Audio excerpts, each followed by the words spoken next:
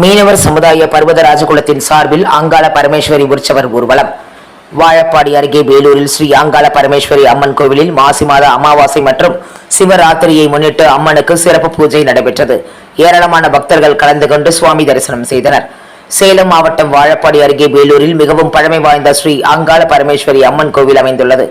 இத்திருக்கோவிலில் மீனவ சமுதாய பர்வதராஜ குலத்தினர் வழிபாடு நடத்தி வருகின்றனர். அதனைத் தொடர்ந்து மாசி மாத அமாவாசை மற்றும் சிவராத்திரியை முன்னிட்டு ஸ்ரீ அங்காள பரமேஸ்வரி மூலவர் அம்மனுக்கு பால், தயிர், இளநீர், தேன் மற்றும் பல்வேறு வாசனை திரவிய பொருட்களால் சிறப்பு அபிஷேகம் நடைபெற்றது. அதனைத் தொடர்ந்து அம்மனுக்கு வண்ண மலர்களால் அலங்கரிக்கப்பட்ட பின்பு மகா தீபாதாரணை காண்பிக்கப்பட்டது.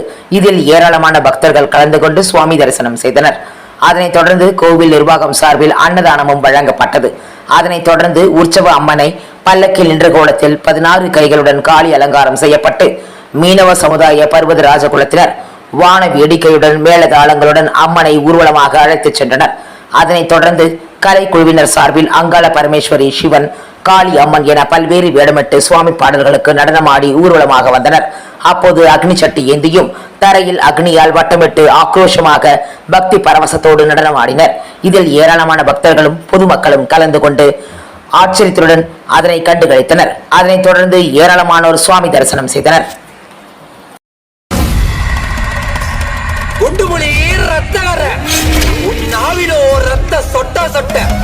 அகிலம் மடக்கி ஆள்பவள் வர வர பிட்டிங்கியோடும் பாலத்திலே உருண்டு வரும் நேரத்தில்